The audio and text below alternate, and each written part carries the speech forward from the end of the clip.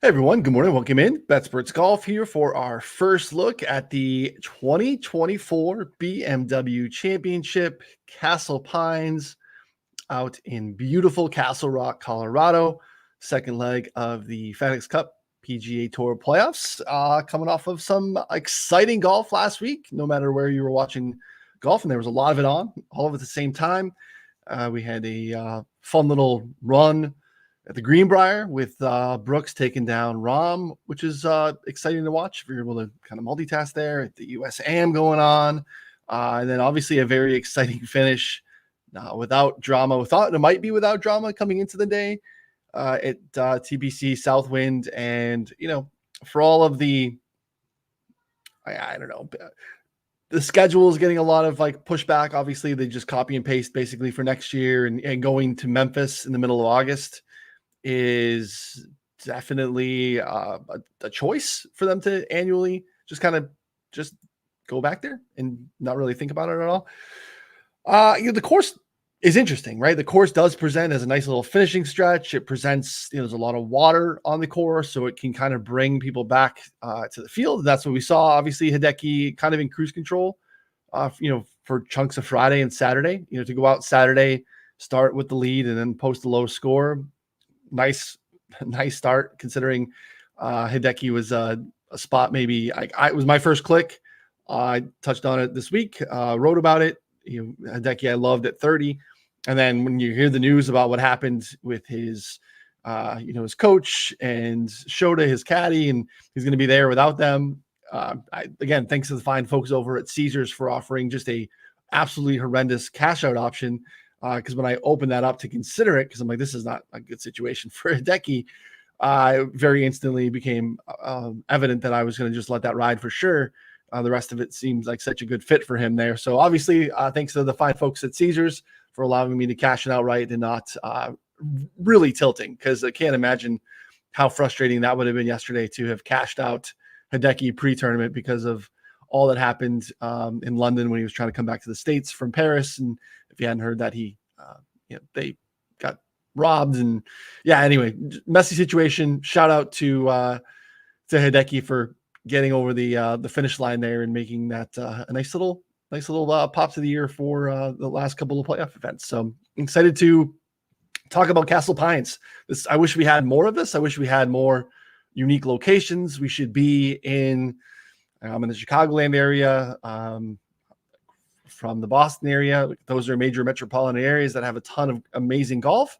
Hoping the Medina can get back into the mix here. We'll see it for the President's Cup. Medina, again, like literally right out my window, very, very, very close. Excited for people to see Course 3. We just opened up to members here over the summer. We'll be there for the President's Cup. Next President's Cup's 2026, and then hopefully they can get back in the fold. But like Denver, we should be here. Castle Pines is a stunning track. It is a unique only to me and special only to me. I got engaged, proposed to my wife overlooking this course in the Castle Rock area, which is, again, unique only to me, but very cool. Excited that we are actually here. And again, just aesthetically pleasing. We have a lot of house lined fairways that we see, especially when we get into the Midwest and we go up to Detroit and we're in Minnesota. No offense, Andy. Again, even last week a little bit too. Same thing with even Sedgefield in Greensboro. And that's fine. It's not like you can't put a great golf course in a suburban area. We'll have a little bit of that here for sure, but just the aesthetics of the mountains are just a different feel, and I think it's going to show very, very well here on television. Should be an exciting watch. So if you are not familiar with the course, and why would you be? Because we don't come here. And again, this has been around for a little while. They used to come here. They come here for a handful of years back in like the early 2000s. So, but like pre-shot link data, no one in this field was in that event at all. This is a Jack Nicklaus design. Check out Ron's preview on the site, betsportsgolf.com. He's got a write-up on it already. Again, we're just outside of Denver. The buzzy thing that we're going to get this week is we are on the scorecard over 8,000 yards from the tips, 8130 on the official scorecard for Castle Pines. So that jumps out to you as like, well, that's pretty massive. Like we sometimes see, 75, 76, 100 yards. Like those are longer golf courses for sure. We'll see those get pushed up into maybe 78 or so at times, depending on where the track is and, majors and different stuff like that. But 81 is a large number. But again, altitude is a massive, massive piece. When you peel it back a little bit, again, I've seen multiple discussion points around how to do the math on it. And that really is going to come. That's a big, big piece of this for these guys this week is, getting out there today, tomorrow, Wednesday, locking in those TrackMans and getting your distances locked in, because it's very different. Obviously, playing at altitude, 6,000 feet. There's a handful of events that are played at altitude, typically not this high. It's a little bit different. Some of those events are not events that everyone goes to.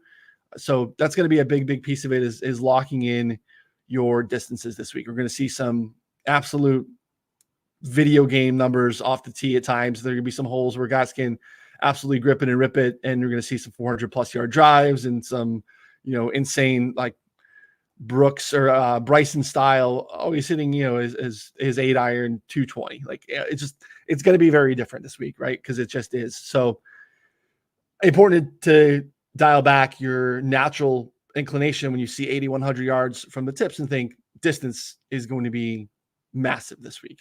And I'm not saying that it's not. We don't have a great feel for that a little bit because, again, we don't come here often. But typically, you think of this more in like the 74 to maybe 73 to 76 range, right? Something that we typically see pretty often. And that doesn't mean distance doesn't matter, but I don't think, we're not playing 81 at sea level, right? So that's the kind of the big piece to start here. Let's be very careful with leaning on that too much. Maybe there's an edge, maybe especially in DFS where people are leaning bomber. And I don't know that that's necessarily the perfect strategy. Again, distance always matters. Distance always helps, right? Because again, just you hit it further, you're able to take a higher lofted club into the green, easier to hold greens with higher lofted clubs, like just very simple, basic golf 101 stuff. So distance always helps. But in terms of like leaning on it and saying this is a prominent piece of my handicap this week, I'm just starting with distance and starting from there. I don't think that that's where I'm at on a Monday morning. Maybe we'll get some more information from the course as the week goes on. Guys will be out there. Like I said, see guys instantly out there today. We'll get some feedback from the course and start to make some decisions there. But for now, I'll take a look at it, but I'm not leaning on it too heavy. 8,100 definitely needs an asterisk, and we need to have some context there too. So it's a Jack Nicklaus design. So you can think about maybe, Muirfield Village. We can search in the rabbit hole by Jack Designs. It is a par 72, not just the obviously playing at elevation, but there are some dramatic elevation changes on the course. You're starting both, from 1 and from 10 and, hitting down into the ravines a little bit. There's some water on the course. The rough is going to be grown out a little bit here too, which I think is going to be something that matters where distance is a thing, but you don't necessarily, I don't think it's going to be a complete bomb and gouge. I think there is going to be a little bit of a missed fairway penalty. So we'll take a look at that too, see how that kind of rolls itself out. Obviously the field is strong. We are at the 50 mark. Then obviously if you watch any golf this weekend, a lot goes into being in the top 50. You're basically punching your ticket. Your schedule's essentially made for you in a lot of ways next year, getting into the top 50 with being able to get into all the signature events. What comes of that is really, really nice for professional golfers at this point. So we're down to top 50. Prices are reflecting that. Obviously, we're in a 50-man no-cut event at the tail end of the season. It makes the betting board difficult. You have to take that with a grain of salt when you open up and see some of the odds. Because again, like 50-man no cut. So we saw a 70-man no cut last week. Cream is rising to the top for the most part. Prices are a little bit shorter, but again, it's a unique type of event. So, but again, no one's played here, so that's a thing this week. So we don't have any course history. We'll get some feels for that as guys get out there. Looking at some of the courses that have played, you would look at course type and say mountain, or look at elevation type. Really small sample, almost irrelevant data, but we'll take a look at it when we knock through some stuff here on the rabbit hole this morning, just to kind of build them all. I have not built anything yet, so we'll build something kind of do kind of a 50,000 foot view blind, and we'll kind of see what comes up based off of what my feel for the course is and what's going to matter currently. But yeah, definitely go onto the site and take a look at Ron's preview here. I think you're going to get a nice lay of the land here before you start to prioritize stuff. A couple of things here real quick. I said par 72, 8,100 from the tips. Not playing that long. Fast greens, allegedly really, really, really fast. Probably 13 on the stimp. We have a mix of bent and POA. Poetry, if we can get some of that there, we can mess around with that in the rabbit hole as well, which I think is interesting to see. Average width of the fairways are a little wide, again, depending on your club length.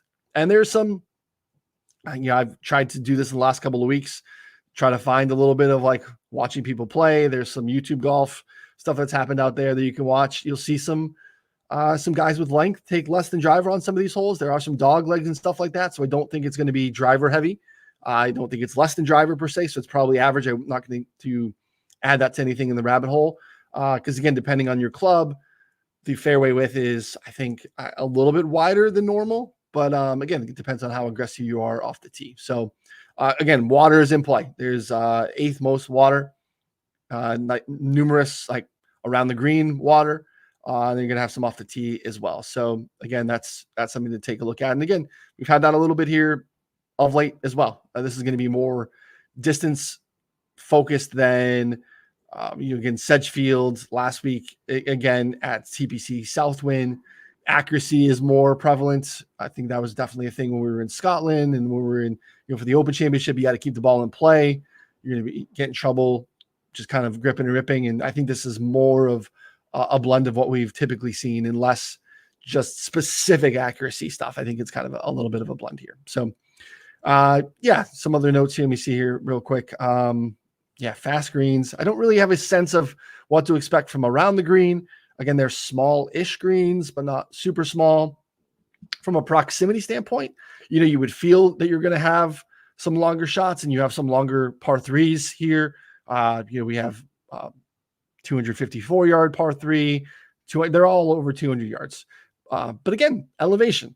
And you're also going to have elevation changes, right? You're going to have some massive like downhill shots here too. So that changes the calculus to it a little bit as well. So from a proximity standpoint, I think you're going to have some shorter irons here more than you would think. So I don't think this is going to be a place where you have a ton of super long approach shots. But again, we'll get a sense of what we're feeling from the course. But just looking at some of the stuff here that we've seen online so far, looking at some of the holes specifically and thinking about how guys can play these holes, I think you're going to have some smaller approach stuff. So I'm not going to get locked into any approach buckets because I think guys are going to be able to play holes significantly different as well. So again, high level stuff this week. I think we're going to have more than anything. We're going to have more like just top down stuff. So morning friends, Sam in the chat, Jimmy in the chat. Appreciate you guys. My guys.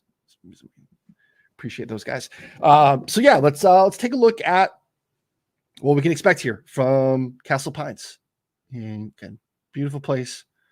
Wife and I are excited to have it on TV this weekend. So, all right, you don't need my face. Let's just highlight the rabbit hole here. If you're seeing this for the first time, this is our officially PGA Tour licensed data set. Basically, anything from the tour, you go to pgatour.com and find all their stats. We have it. We here in the rabbit hole allow you to manipulate it in different time frames, through different conditions, different filtering, different views, all that stuff to formulate your betting card and your DFS player pool, all that stuff. You can see we have the 50-man field locked in.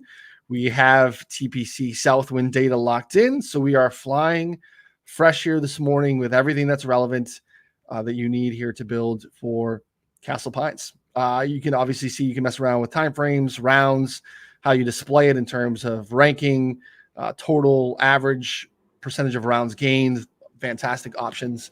You want to see consistency, how good someone is, how frequently they're gaining in a metric, how, all these different things. There's so many ways to look at this data. And I think it's super duper helpful. If you want to download any of these little buckets into a CSV and play around with Excel and make multiple models, hybrid models, bring them all together, and that's really your thing, you get down like that. CSV option is awesome for you as well. You can also look at anyone on the staff, their expert models. You can see Andy Lack of Inside Golf Podcast, first run through for Castle Pines. Andy's first up. He's already got one here. You'll find more from some other folks as well. So again, you want to see some stuff that hey, maybe Noonan didn't add this, and Andy Lack did. I like Lack's thought process there, and I like his thinking. I want to put that in my model. You can go ahead and look and build your own from there and see their stats that people looked at that others didn't, and help you kind of find a way to build yours as well. So again, more so than the answer key, trying to have people think thoughtfully through what they're looking to do with the data. We're going to have more stuff. Again, subscribe to the YouTube channel at BetSperts Golf. You'll be able to find some more tutorials on how to use this over the off season. Some evergreen stuff is in the works. So hopefully we can help people think through this and build better models and think about how they want to do that. Because again, this can be intimidating. And again, I think even the term modeling can be intimidating to folks. And you can open up this stuff and look at all the views, look at all the filter by conditions, and just kind of not know where to start. And I understand that. And we want to help people do that. It's part of why we're doing the show this way on a Monday morning all season long. It's kind of why we do the same thing on Tuesdays on the betting show. DFS is a little bit of a different beast because it's more game theory and ownership and stuff like that. So they don't use it as much on the DFS show, but I do think it's a massive piece of, Ron's process and all the sub models that Ron builds. All that's for subscribers in our Discord as well, which people want to get in with a subscription. So again, you get a subscription to BetSperts Golf. You can check us out for a month, ride through a little bit of, the rest of the playoffs and into the start of the swing season. But we're going to be here. The Monday show won't be here all season, but we'll still be doing the Tuesday show. Probably still have the DFS show as well. We typically do on Wednesdays, still have content. So, golf doesn't stop for us here with the end of the season. We will ride through for every major tournament. Obviously, any PGA Tour official event, you will find us doing content at BetSperts Golf. So definitely check that out. Get a subscription. Annual subscription runs for a full calendar year. So it's whenever you sign up, you get that full year. So jump in now. You lock in your prices for 2025. All right. I can see here defaulting to strokes gained total last 6 months. Who you would expect to be at the top of the field is at the top of the field. We could start there. We could look at some rolling form here. I'm going to just build, again, like a real quick little model here. Let's just see strokes gained total last 6 months. Again, you can make notes here. You don't have to. I like to make it. I think this is going to be a spot where ball striking matters here too. Let's just look at who's playing well. We'll go dial in. Again, I'm just kind of building something here to build it. Interesting to see here too, the opposite end. Max struggling, basically bottom of the barrel here on anything ball striking last 24 rounds. But smaller sample, just the recent form, who's playing some good golf, and some interesting names. Last 24 rounds. You can mess around with sample, see if that's too small, because again, that's going to bring in some stuff from, we're getting the Open Championship, which is just jacking some people up. See last 36 rounds, last 50 rounds. You can go into seasons up here and mess around with 2024, who are the best players in that time set. Lots of different ways here to mess around with this. So let's go 2024 ball striking. Here is your top of the board: Scotty, Xander, Ludwig, Aaron Rai. Good for you. Rory, who lost it this weekend. I'm not quite sure what he was doing. It very much could have been like DGAF Rory. I'm not in contention. This doesn't super matter. I'm going to be in the mix in the top 5 regardless heading into next week. So let me just get out of here. So Rory hanging 9 over for the week, and 4 over yesterday was not great, but I think it's probably a little bit noisy. I think he not super duper dialed in. Lowry, Hovland, Colin, Sepp, and Connors, Fleetwood, Hideki, Tony. Yeah, so guys, you would, I think, expect here in terms of ball striking for 2024. I don't know how much to, tee to green in terms of like ball striking is just off the tee and approach. Tee to green, obviously, also captures around the green. I don't know what's going to matter here as much in terms of, scrambling and stuff like that. So we'll just do tee to green. We'll capture it in a little bit of ways to make sure we are not ignoring it in case it matters. So tee to green, last 50. All right. We'll go to off the tee. And take a look here at, again, I think distance is going to matter because I think it always helps, but it's not something I want to like lean on because this is not a place. This is not TPC Craig Ranch. This is not Detroit. This is a very different course where I think guys are going to have to be playing from the fairway. So you can make a case that total driving is a nice look, right? Where it just adds a rank in distance with their rank in accuracy to get a total score. Lower number, the better. You can see your total drivers here: Ludwig, Scotty, Akshay, Cam Young, mostly driven by distance. Rory, Xander, Keegs, shout out Keegs, Connors, Sahith, and Adam Scott. I've pushed back on driving accuracy as a metric. I will continue to push back on driving accuracy as a metric being flawed, which makes total driving also flawed. It's a combination of two ranks. It tells a story. I think with the rabbit hole, we can do better. And that's kind of my point here is if I want to capture accuracy, what I think really matters is distance from the edge of the fairway. This tells me average distance in feet and inches from the edge of the fairway when a player misses the fairway. So basically, when you miss, are you spraying it or are you like just off the fairway, right? Because we're going to see a first cut and a second cut, and we're going to see tree-lined fairways here a little bit too. So, are you in the woods or did your ball roll through because you were a little bit off on your elevation changes and how your numbers were going to roll, and these are playing firm and fast, and all of a sudden the great drive rolled through and you're in the first cut? Well, that's a no in terms of driving accuracy. As a binary yes, no, you missed the fairway. You are not in the fairway. So from an accuracy standpoint, that counts as a missed fairway. And that doesn't really help us because it's not the same as a guy who just duck hooked it into the woods and is scrambling to make par or maybe even bogey because he's got to chip out back into the fairway from the woods. Like that's not the same thing. Whereas I rolled through and now actually I still have a shot to the green, right? And if I got it down there a little bit with some distance, I probably still have a lofted wedge that can hold the green, right? I can't spin it and check it up a little bit, but I can take something, land it a little short, and let it run up a little bit and still have a putt, still have a birdie putt. So distance from the edge of the fairway is a significantly better metric than driving accuracy. And there are times, and last week was one of them, where I looked at both. I looked at driving accuracy, but I weighed it half of what I looked at from a distance from the edge of the fairway standpoint. It didn't matter nearly as much. So if I want to do a hybrid of total driving, I can do that here in the rabbit hole without looking at actually clicking on total driving. I can look at driving distance and distance from the edge of the fairway, and that's what we're going to do. So let's go last 50 rounds. And this is why it's unfair. Scotty Scheffler, first in distance from the edge of the fairway. And again, I think this is important. I think when you see it's a little bit highlighted more abruptly here because we're just down to the top 50, right? So like there's going to be someone that's in the mid 20s that's probably pretty strong, but in terms of where they are relative to the fields, it looks a little bit different in terms of the gradient here and how that coloring is. But like here's Adam Hadwin for an example. This driving accuracy 27th, distance from the edge of the fairway 7th. So basically, like when he misses, he doesn't miss that bad. I think that helps get a little bit more context. Same thing, like Seabass is there in a different way. Sepp, kind of the opposite. I mean, like 13th from this distance from the edge of the fairway, not bad, but first from accuracy. But this tells you, I don't know, when Sepp misses, he can miss a little bit more aggressively. Dietrich, like that pops. I like to see the delta between some of these guys and see where this kind of can be an edge to be found here. So I'm going to do a hybrid. We're going to go distance from the edge of the fairway. And I'm going to go driving distance. And I'll mess around with how I weight those when we get into the rabbit hole.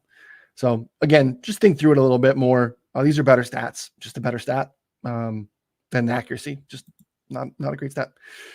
Fairway approach, a rough approach. I'm not going to mess around with these very much, right? Because I don't first of all, you'd have to capture both fairway and rough, and how you weight that matters, but it shouldn't be 50-50 because I think you're going to play from the fairway more than you're going to play from the rough, but maybe not. Some guys know, and some guys are going to hang back off the tee a little bit, and some guys are going to be aggressive off the tee. So it's really hard to do this thoughtfully, put approach buckets in there, and actually have it tell a useful story for you across a 50-man field, because it's just not the same. Aaron Rai, Brian Harmon, Siwoo Kim, Russell Henley are going to be playing at different distances off the tee than, you know, what you're going to see from Taylor Pendrith, Cam Young, Xander, Rory. It just is different. Hovland, like those guys are going to bomb it out there a little bit more. So if I'm bucketing approach proximity ranges equally for each golfer, that's not telling a useful story in my opinion, because the guys aren't playing the same number of shots there, right? And there maybe there's some tracks where we have more of that information and we can make that determination that, hey, look, we're just, regardless of where you're at, you're going to have a lot of 175, 200 plus. And whether that's 180 for you or 220 for you, the way that the data captures that, it's kind of all the same. And then that makes sense to look at it. But I think we're going to have actually some shorter approaches here. But is that 125 to 150? Is that 100 to 125? Or is that 150 to 175? It's going to vary for the player. So I think just in general, what I would want to do is approach more so than anything in particular. Let's just get dialed in and look at approach. And then I think we can look at approach buckets. You can see literally, I prefer bigger sample sizes. I think it makes more sense. There's more variance, obviously, in smaller samples. But just who's dialed in short term. You can see here last 8 rounds. Aaron Rai, Tony Finau, Tommy Fleetwood, Hideki, Hoagie, Hovland. Horschel's playing good golf. Last 12 rounds. You didn't see Scotty Scheffler on that list, which is interesting. Last 12. Xander, Rai, Scotty, Finau, Lowry, Horschel, Dunlap. Hey, played well last week. Eric Cole, Russell Henley, Tommy Fleetwood. Again, just you can mess around with different samples and weight them differently. I think that's a great way to do it. Last 16, I think last 16 is going to give you Scotland, or, for all these guys, which is, I don't love because it was such a disaster. But it just is a tough way to go about it. So we're gonna try to skip it. We can't skip it all the way. So I'm gonna go last 8. I don't typically do this, but I'm gonna go last 8. Last 8 approach. Then let's go last 24 approach. Again, double counting, but if I'm double counting anything, as I will always tell you, approach is the way to do it. It's the most sticky stat. Basically any course, it matters. So we go last 8 approach, really short term. Who's played well the last 2 weeks at Sedgefield and TBC Southwind? Current form. You get some guys weren't at Sedgefield, right? So you are going to be getting some of their stuff, but from Scotland. But it is what it is. And then we'll go last 50.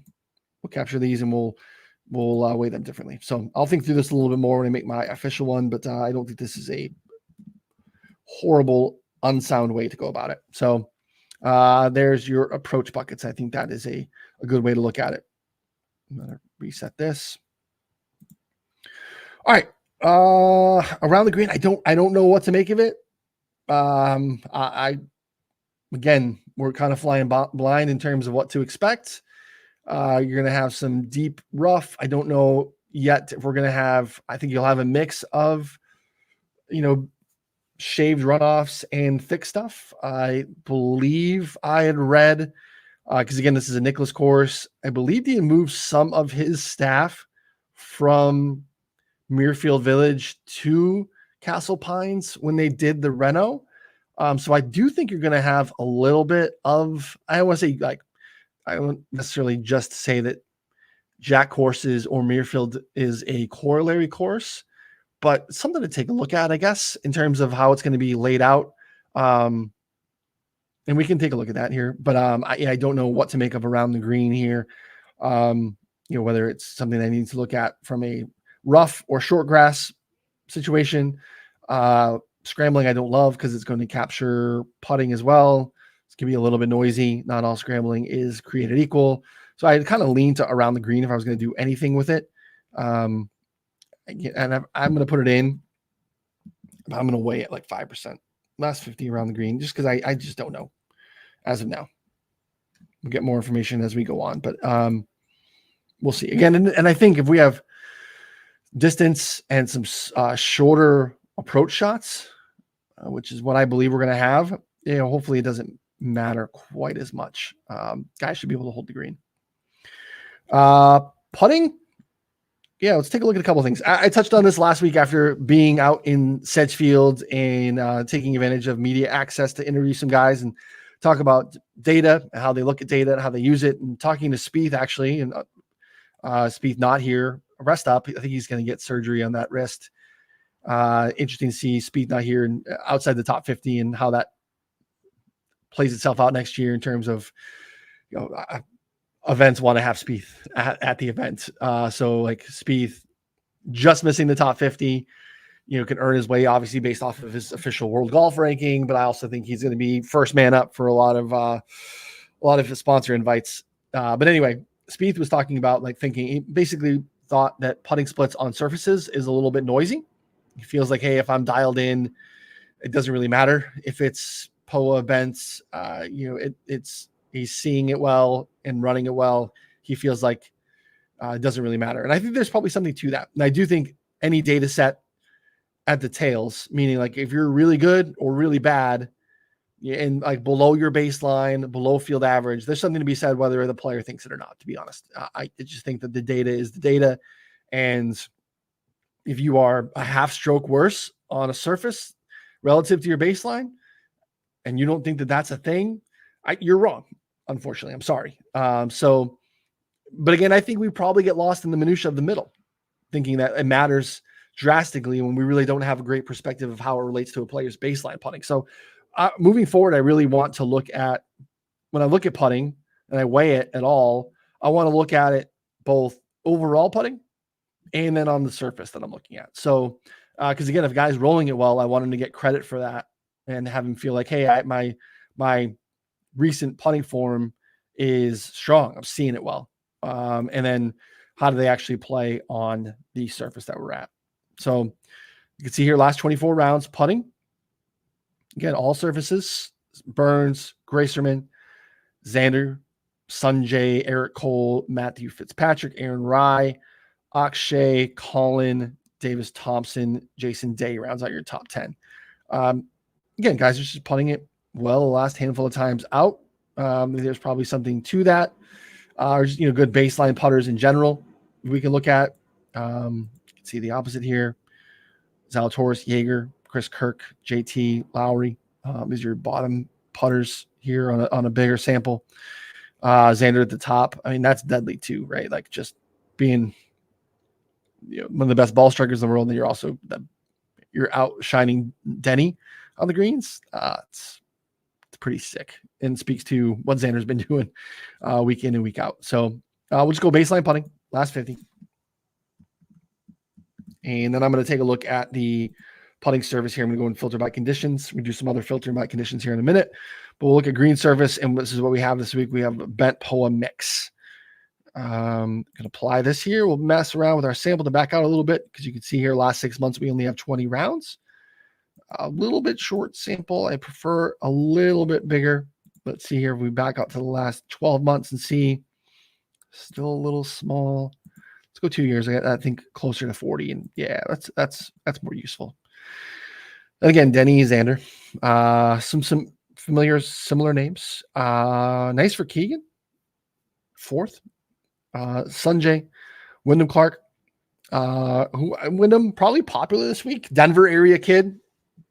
I don't think he calls that home these days, and I don't think he's playing much at elevation nowadays, but I think Wyndham probably becomes a fairly popular look this week because we're trying to find any familiarity angles that we can find, and Wyndham Clark and Tony Finau probably make the most sense. Finau in Utah at elevation, and I still believe Tony calls Utah home, so is playing more probably elevation golf even than Wyndham Clark. So, but again, we're over 6,000 feet above sea level here, so it's even a little bit unique relative to what Tony sees in Utah. So, but again, I think you'll see some popularity around those two guys as guys that do have some at least experience dealing with this more so than maybe some guys from Europe, or maybe some guys that are from Florida that call Florida home, that are playing at sea level all the time.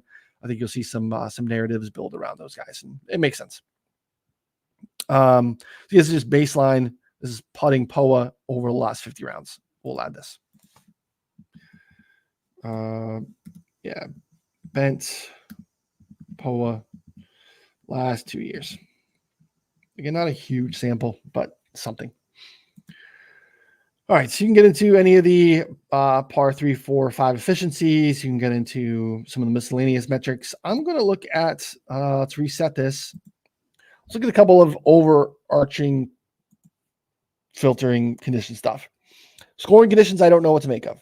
Course length, obviously long, very long, but I don't think it's going to play that way. So I surprisingly, probably I'm not even going to look at that very much. Maybe I will. And again, maybe I'll change my mind. It's Monday morning. But I don't think the course it's going to play. I mean, I think you can look at long and very long, and just take out. Basically, we're reading this out. So let's look at that. We'll see.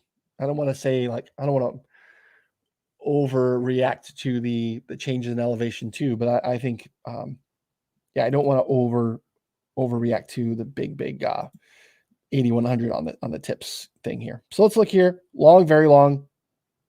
I think what we're trying to tell here from a story standpoint is ball striking in these instances, right? Because around the green is its own thing. It's not really impacted by how long the course is, right? That next around the green shot wasn't impacted by whether you were coming from 125 out or if you were coming from 200 yards out.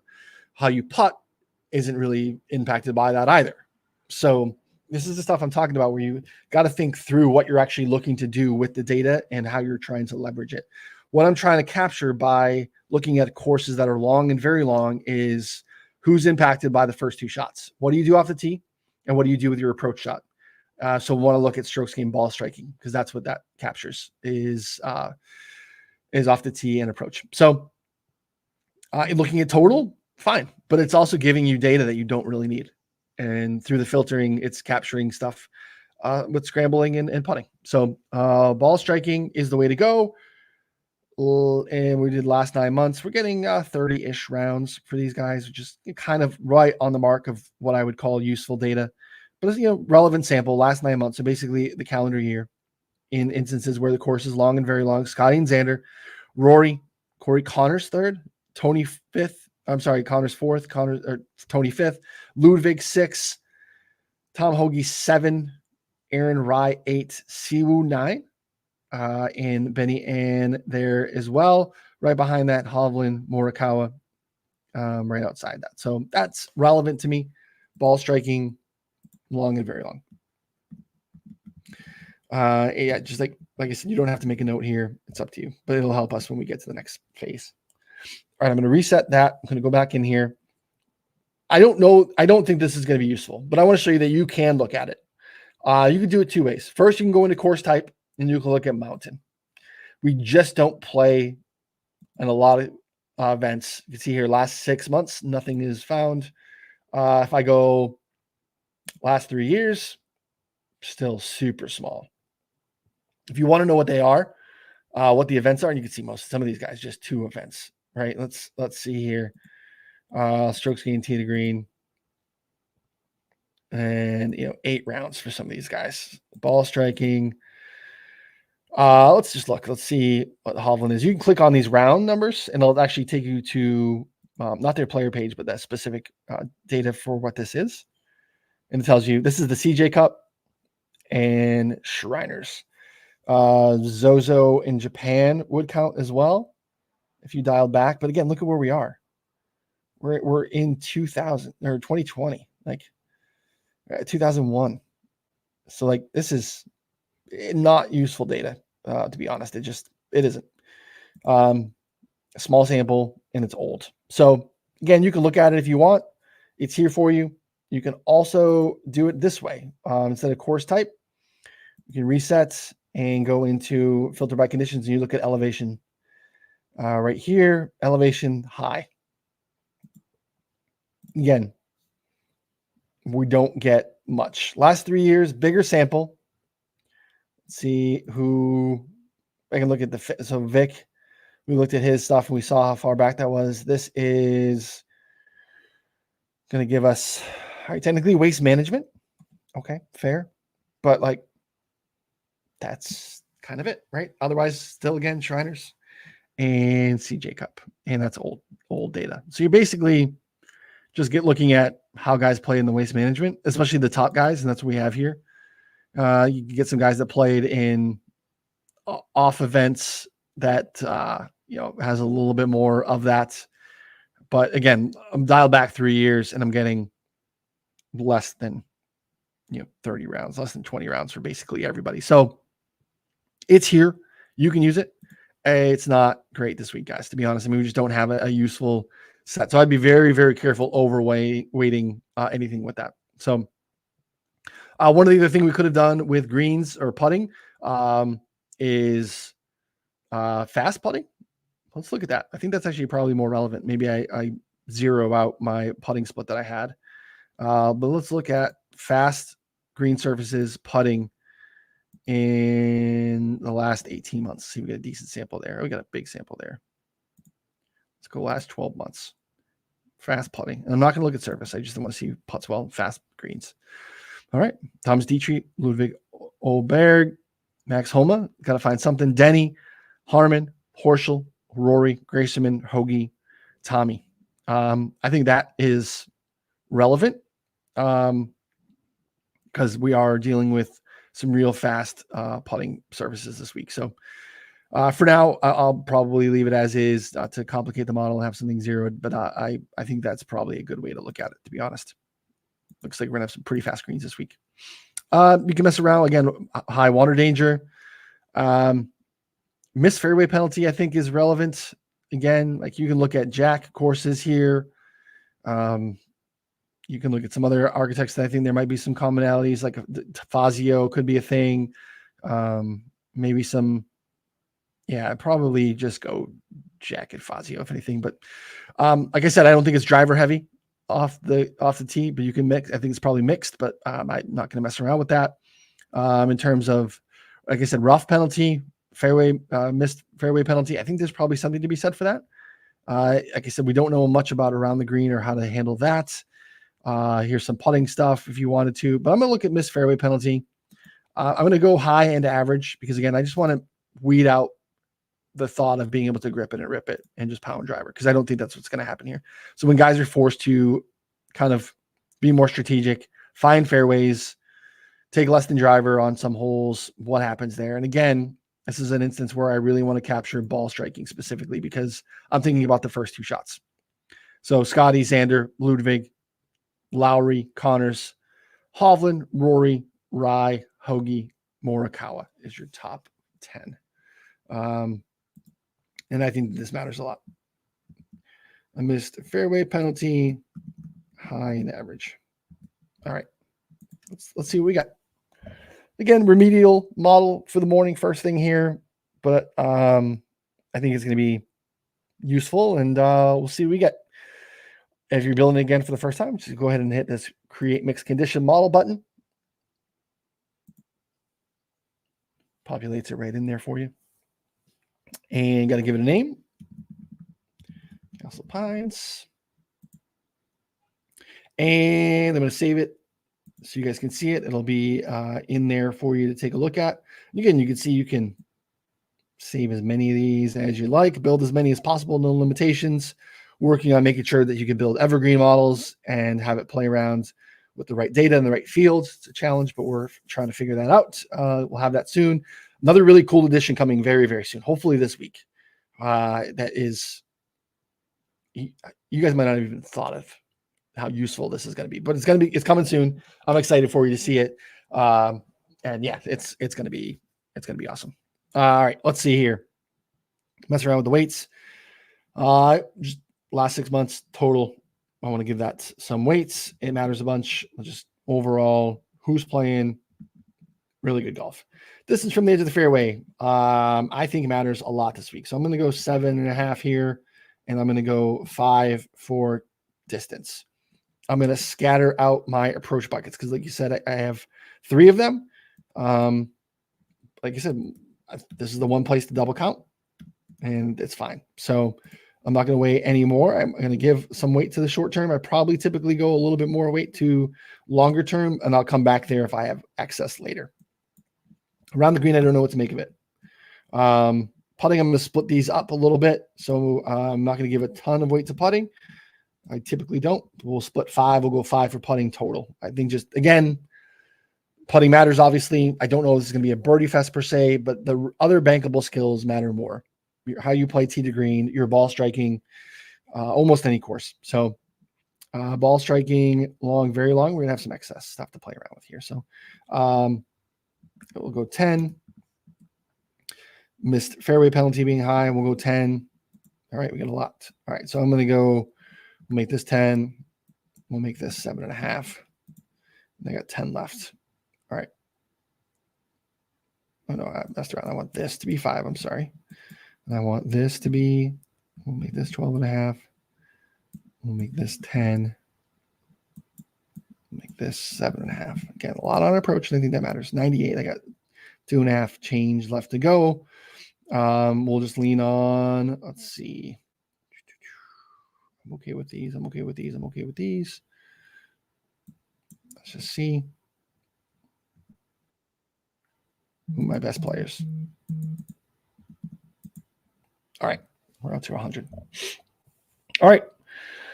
Again, this is why you can add a bunch and then just mess around with how you weigh it and what matters the most. But let's see what we get here. Yeah, you know what? I'm going to flip these. I'm going to go 12.5, 50. All right. Let's see what we get. Probably going to get Scotty Xander at the top. We should.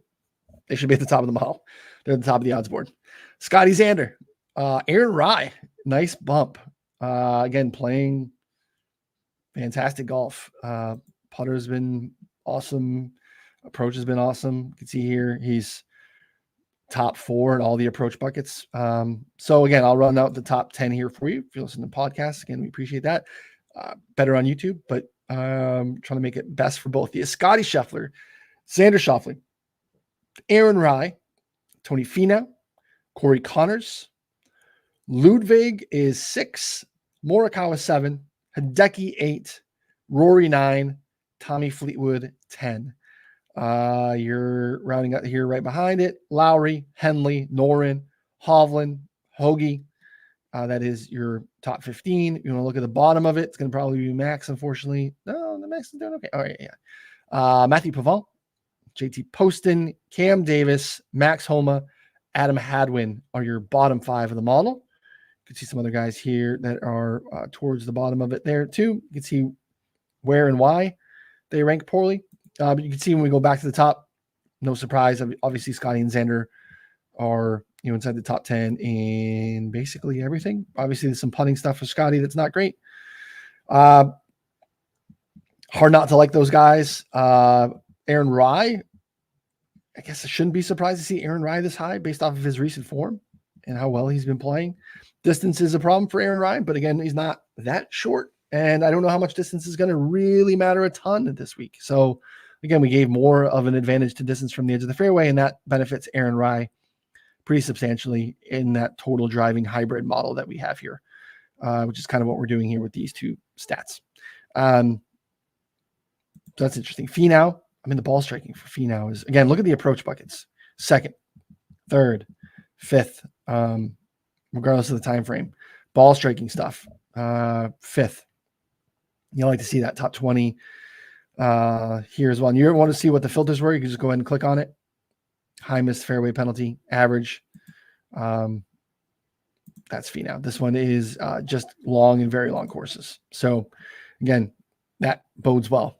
Corey Connors, again, we're not waiting putting too much, and Connors is top 5. Ludwig, not surprising, didn't play particularly well last week, but obviously feels like a guy that just fits any course. Morikawa, Hideki, it feels like another great fit for Hideki this week since I think, look, if around the green really matters, he gets a nice bump for that. Putting, we know how hot and cold that could be.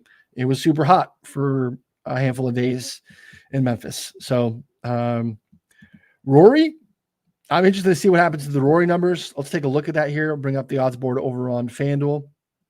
Shop around. Obviously, these are they move a lot on a Monday morning. But yeah, Rory out to 12 in a course that might fit him better than last week. And he's drifted based off of, like, he's typically been 9 or 10 last handful of times. So we get him out to 12 already, which is interesting. Obviously, Scotty, Xander in their own tier, and rightfully so. It's hard to make that leap, but yeah, I mean, like I said, shop around here. You could see Hideki, tax on Hideki after last week. Hovland down to 18. I will promise you there were better numbers on that this morning earlier. 18 is Rich. Ludovic at 20. Cantley 20. Tony 28. There are better numbers on Tony as well. Again, so I got to shop around. You see Aaron Rai at 40. Again, 50-man field. So, like, there's so much win equity tied up with Scotty and Xander. And obviously the hold in a outright betting market is ridiculous anyway, in terms of like true probability to win and how it's priced. But you get down here a little bit, there are some guys that can win this golf tournament, and they're floated out there at some pretty big numbers. Again, you are going into a no-cut 50-man field event with Scotty and Xander, who just are playing so consistently well to not have their A game at all and just be in the top 5 again last week. Like, Scotty was visibly frustrated multiple times last week and really literally had a shot in the back 9 to win again. Xander started 8 shots off the lead yesterday and almost chipped in on 18 to get himself into a playoff, and would have been the prohibitive favor in the playoff. And it makes a ton of sense for these two guys to be tying up so much win equity. So, it's obviously a different market in terms of 156-man cut events. So you got to choke down some prices this week, but shop around as always. It's the right way to do it. So again, you can build a model, see who pops, and look at, hey, Aaron Rai, third in my model. Maybe I need to look at Aaron Rai at 40, or Aaron Rai in a without Scotty and Xander market, if that's your thing, or Aaron Rai is a top 5 or a top 10. You're going to get nice prices there. So that's kind of the whole purpose of the rabbit hole, kind of build it, see what you like, see if it, leads to anyone that you weren't expecting. I wasn't expecting necessarily to be on Hideki last week, and I built the model, and all of a sudden it was like, well, I need to dig into that a little bit more. That makes some sense. I like the fit. So that's what this should be able to do for you. Take a look at all the other ones that are on the site. Hopefully it helps you find out what makes sense for you. Appreciate you hanging out with me today. Come back on Tuesday for the betting show, Wednesday for the DFS show.